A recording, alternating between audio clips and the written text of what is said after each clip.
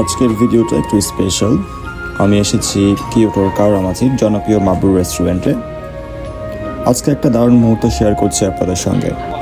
আমার কাজের জায়গায় 4 জন জাপানি ফুল টাইম এমপ্লয়ি বাংলাদেশি খাবার খেতে চেয়েছিলেন, তাই আমরা সবাই মিলে একটা সুন্দর আয়োজন করলাম। আমাদের সঙ্গে প্রায় 10 জন বাংলাদেশি বন্ধু ছিল এবং সবাই একসাথে মিলেমিশে খেলাম আমাদের প্রিয় সব বাংলাদেশি খাবার। তার ভেতরে ছিল মাবরুর রেস্টুরেন্টের সবচেয়ে favourite Kabuli pulao, chicken biryani, chicken curry, সাথে আর অনেক কিছু। সত্যি বলতে জাপানে বসে বাংলাদেশি খাবার খাওয়ার সেই আনন্দ, আর তার উপর যদি জাপানের বন্ধুদের সঙ্গে সেই সংস্কৃতি ভাগাভাগি করা যায় তাহলে আনন্দটা আরও দ্বিগুণ হয়ে যায়।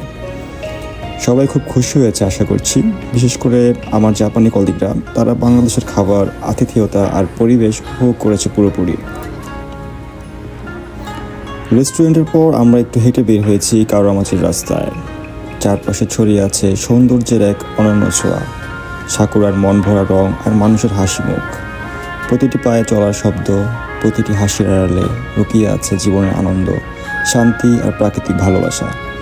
এভাবেই জাপানের রাস্তাগুলো আমাদের মনে করিয়ে দেয় কতটা সুন্দর হতে পারে একটুকু সময়, যদি আমরা তা উপভোগ করতে জানি। আশা করি এই মুহূর্তগুলো আপনাদের ভালো লেগেছে। সবাই ভালো থাকবেন, সুস্থ থাকবেন। আল্লাহ হাফেজ।